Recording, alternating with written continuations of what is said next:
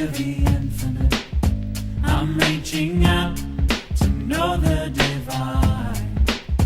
I'm reaching out to feel the infinite. Yeah, forever is already mine. I'm reaching out to feel the infinite. I'm reaching out to know the divine. I'm reaching out to feel the infinite. Yeah, forever is already mine. I'm already there. I'm already home. I'm already safe in my eternal soul. I'm already there. I'm already home. I'm already safe in my eternal soul. I'm going deep to feel the infinite. I'm going deep to know the divine. I'm going deep to feel the infinite. Yeah, forever is already mine. I'm already there. I'm already home. I'm already safe in my eternal soul. I'm already there. I'm already home. I'm already safe in my eternal soul.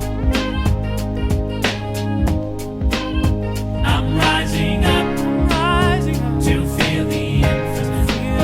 I'm rising up to know the divine. I'm rising up to feel the infinite. Forever is already mine. I'm already there. I'm already home. I'm already safe in my eternal soul. I'm already there. I'm already home. I'm already safe in my eternal soul. I'm already there. I'm already home. I'm already safe in my eternal soul. I'm already there. I'm already home. I'm already safe in my eternal soul. I think, this happened to me in September. It also happened to me about 5 years ago when I was asked to do something which absolutely terrified me, and that was speaking in front of people. So I had been taking my classes, my Unity classes, but never really expecting to be a licensed Unity teacher, or certainly never to be standing up here.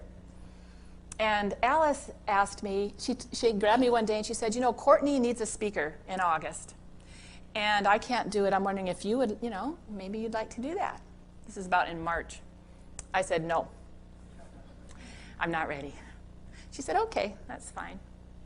So that night I went home to my family and we were sitting around the dinner table and I said, you'll never guess what Alice asked me today, to speak in Courtney. And they said, when are you going? I said no. And they went, what? No, Mom, you're ready to, So I took a big gulp and I went back to, I thought, well, it's 5 months away, I'll just magically get better by then or something anyway. So I went back to Alice and I called Courtney and told him that I would come and speak. So that was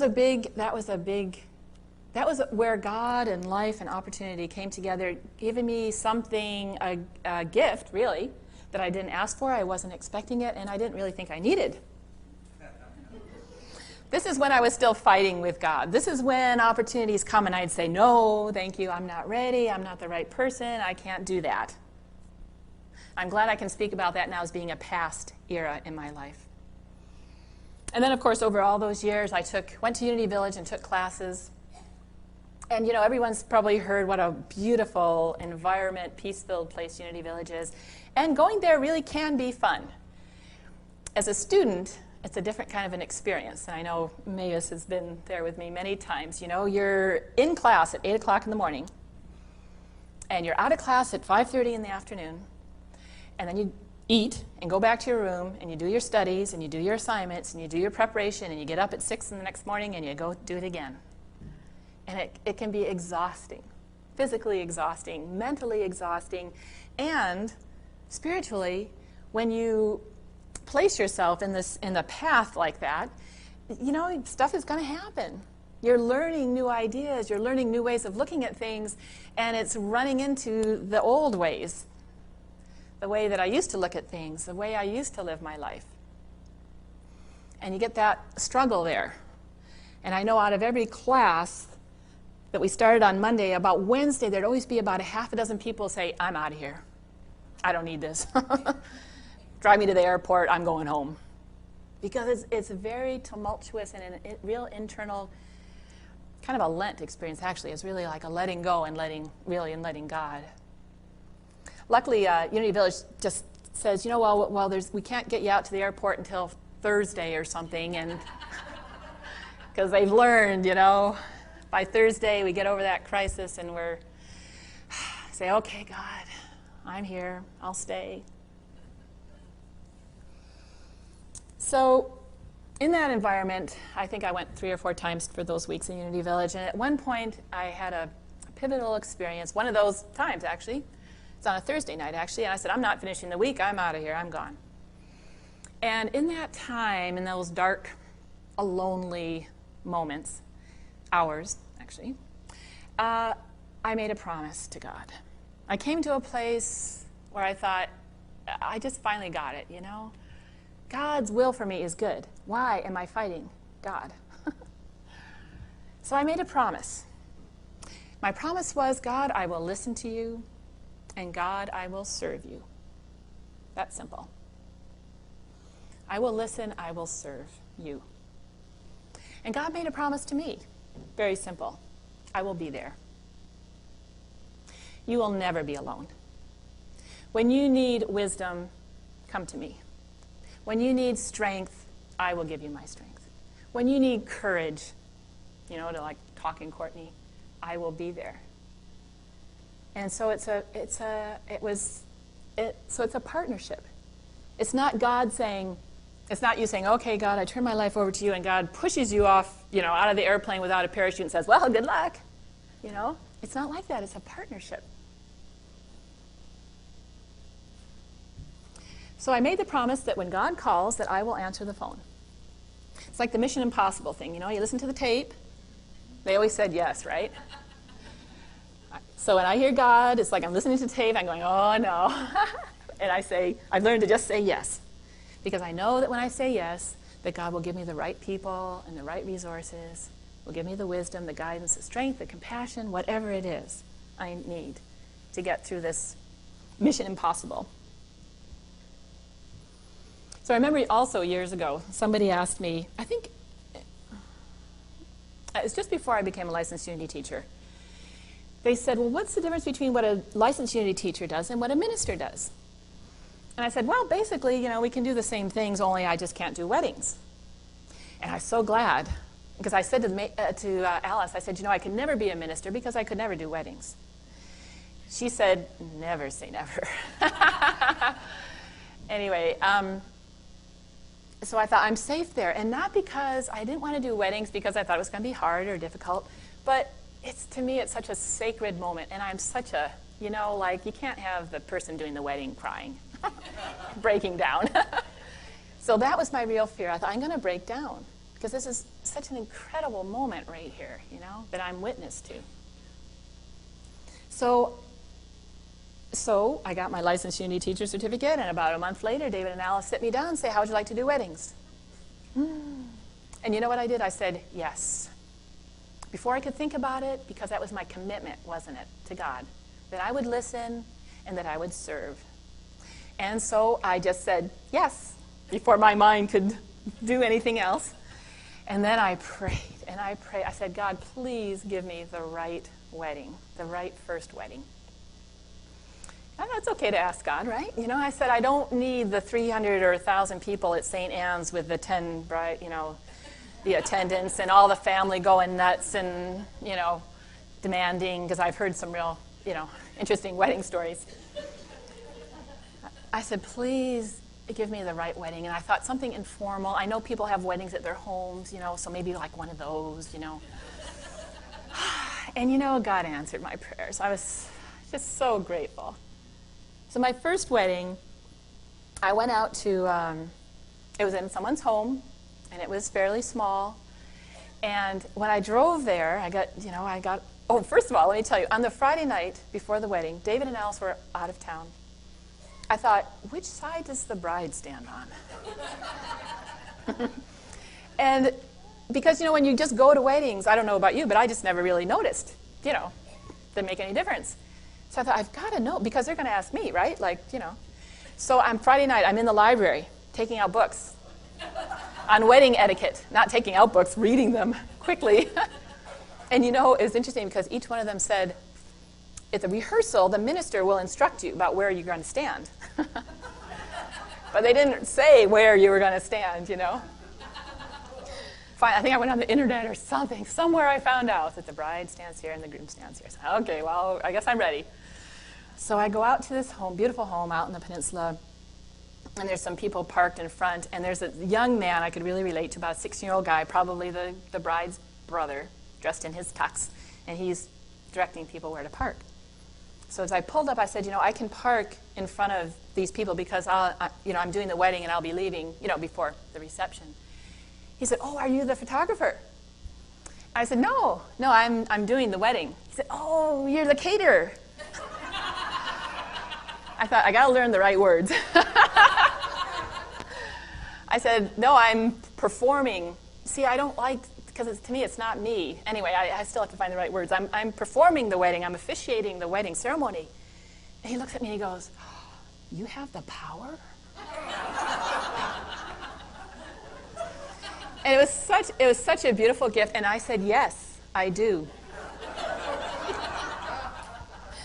So for myself, knowing that God is my source of my power, but I've got the power. And it really helped me, strengthen me. It was a little message to myself, yes, you can do this.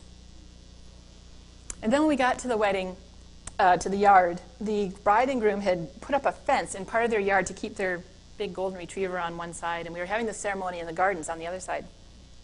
And we're doing the ceremony, and the dog is just howling.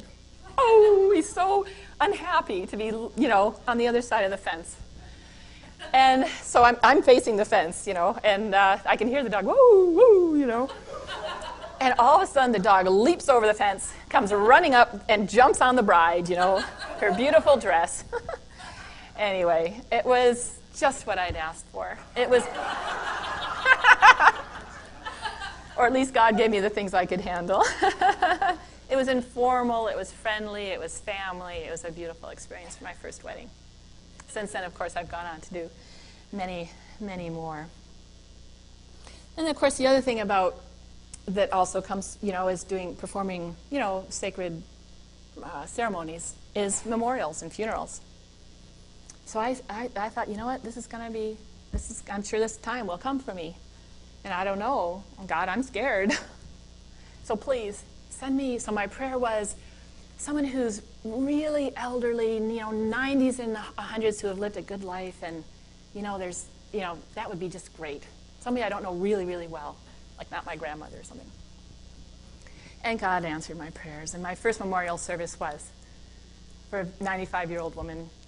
And the family was just came together to celebrate her life. And it was a great experience for me and got me through those first steps of doing that kind of service. And of course, then have done some more since then. And then really, God really, helped me do that. We had the big service for Sandy here. And that was part of that growing experience for me, that God stuck by me. God kept his promise, right? I'll be there. So that's where I was this last summer, where, again, life, God, and opportunity collided together, and the next thing you know, the board asked me if I would be the temporary spiritual leader of this church. And I said yes. And I knew when I said yes that being a spiritual leader was much more than doing Sunday services. It really is a 7-day, 24-hour, any minister could tell you, job. It's hard to remember to take a day off because it's fulfilling and it's exciting and it's interesting and I'm serving. So one of my real challenges is to just, say, no, this day is, I'm not going to do, anything associated with church. But of course, people's lives don't just happen from Monday through Friday, 9 to 5. And so, you go to the hospital or you have counseling with someone or pray with someone. Those things keep going on. So from there. But I would like to tell you that how grateful I am for your support, for your encouragement, for your laughter, for all the ways that you have helped me grow into this position. It was one, that I just said yes, knowing that God would provide me with the right place and the right environment, the right people, the right support to make it happen. I'm truly grateful for this opportunity to serve Unity Church of Victoria, because I know ministry doesn't happen alone, right? It happens in community. And this is an awesome community to be a part of. Thank you.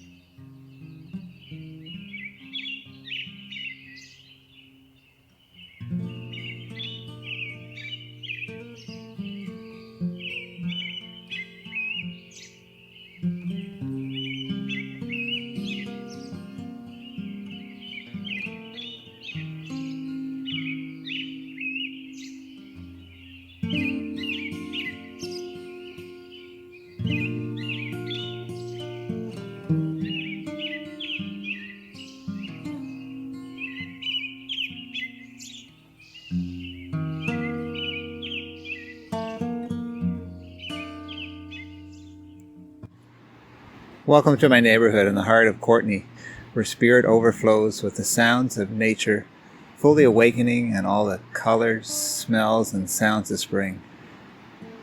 It's my pleasure to share this beauty with you on a cool morning as we take time to deepen our connection to spirit, not only around us, but within us.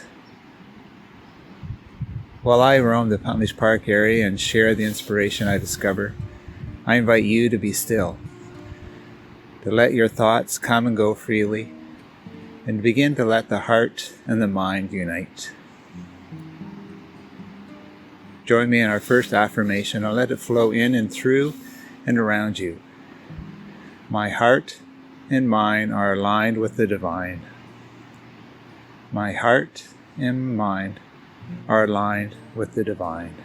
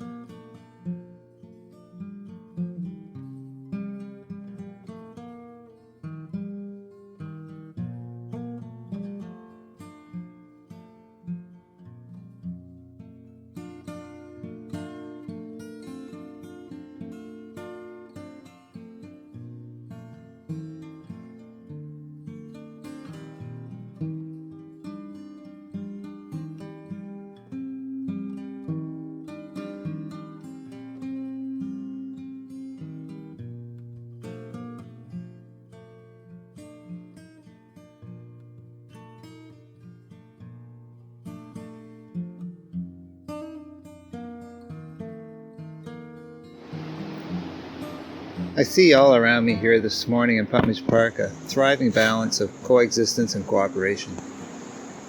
Plants, flowers, trees, birds, water seem to nurture one another, while each strives to shine forth their magnificence. By taking time to stop and reflect, we too can experience this natural balance in our lives, where we thrive through our connection to one another and share our magnificence, our light and love. From the hearts in the windows around town to the colorful painted rocks all about, and to the friendly nature of those I stand in line with or pass along on my walks, I sense a quest for others to shine their magnificence and to experience life in a gentle and kind manner. Let's take our second affirmation into our aligned heart and mind. I am kind and gentle with myself and others. I am kind and gentle with myself and others.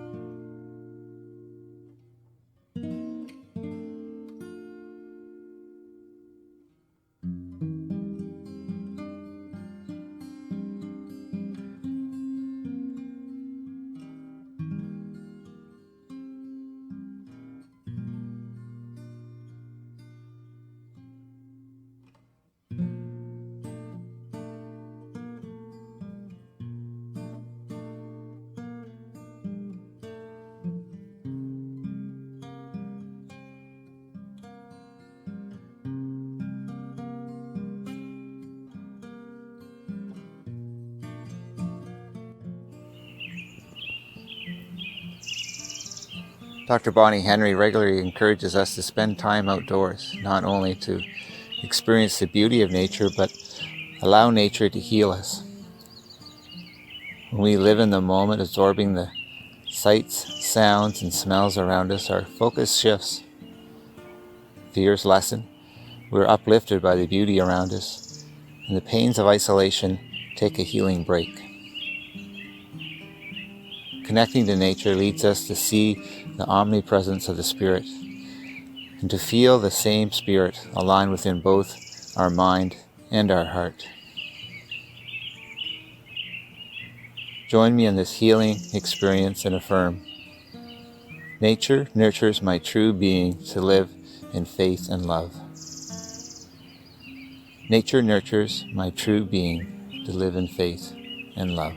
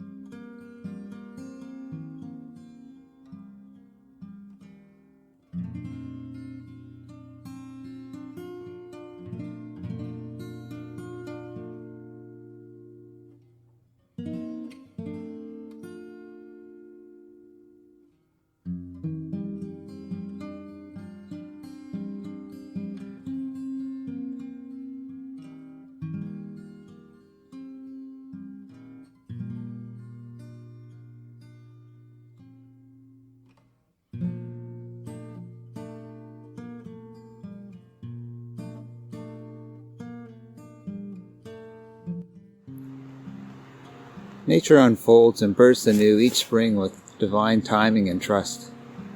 As time goes on, nature slips into a deep sleep, waiting for the days to once again lengthen and get warmer. So goes the natural order of life in perfect rhythm. Our lives can flow with the same ease and comfort when we live with faith and trust in divine order. Letting go of the stress and the worry about how things might work out and when uplifts us to live with divine thoughts, actions, and expectations, contributing good towards all. Let's affirm, my life flows with divine order and goodness. My life flows with divine order and goodness.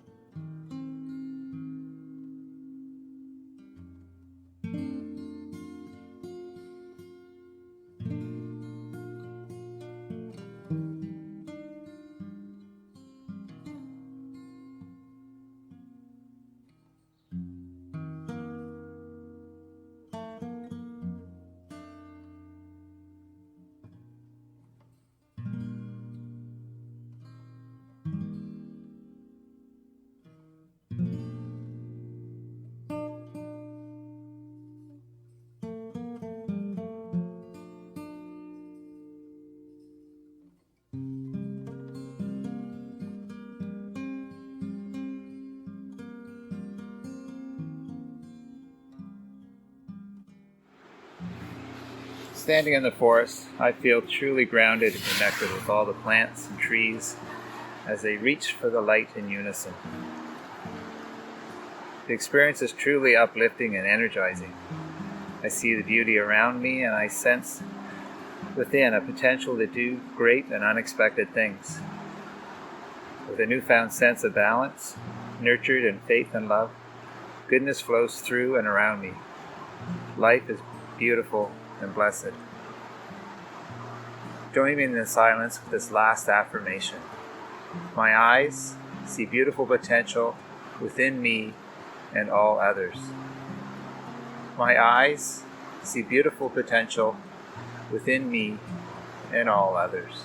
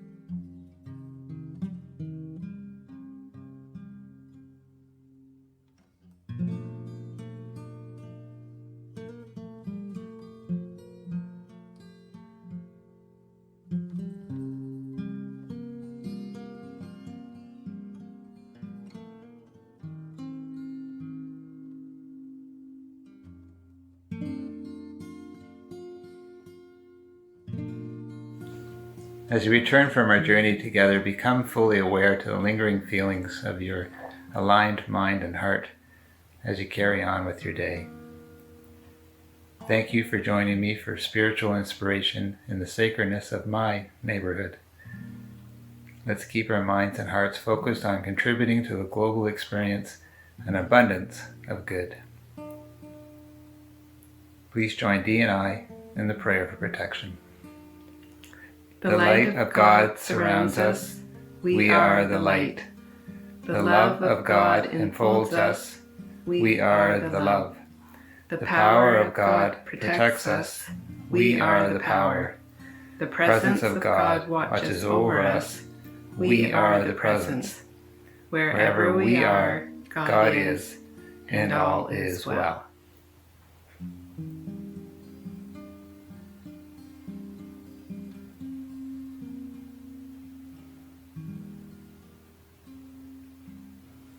We miss you all. Namaste.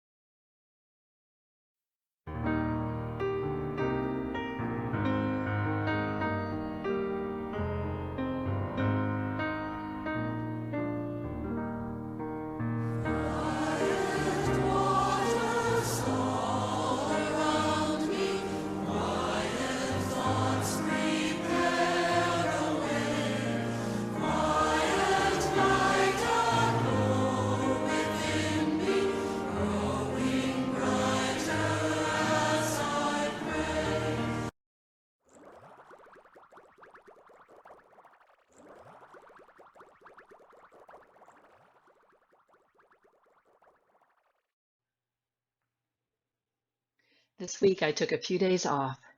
I took time to relax, read, be in my garden. This is one of the ways that I recharge my batteries. Please take time this week to do something that is rejuvenating just for you. I'll see you next week.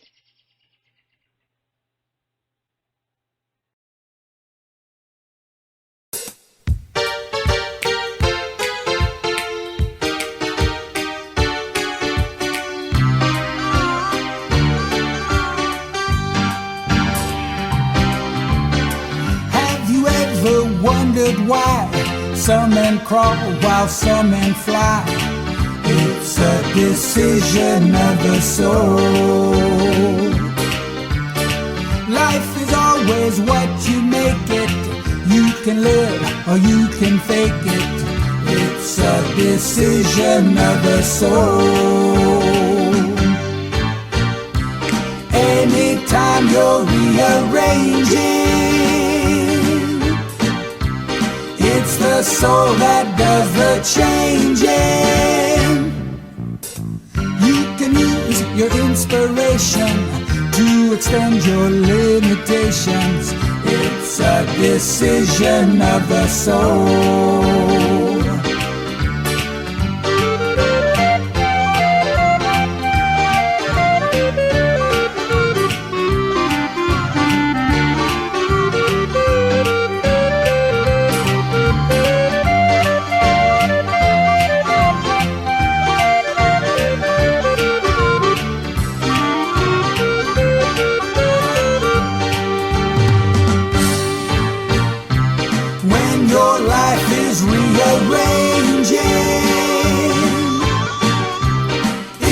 Soul that does the changing. Life's a book, so turn the pages, seek the wisdom of the ages. It's a decision of the soul. It's a decision of the soul.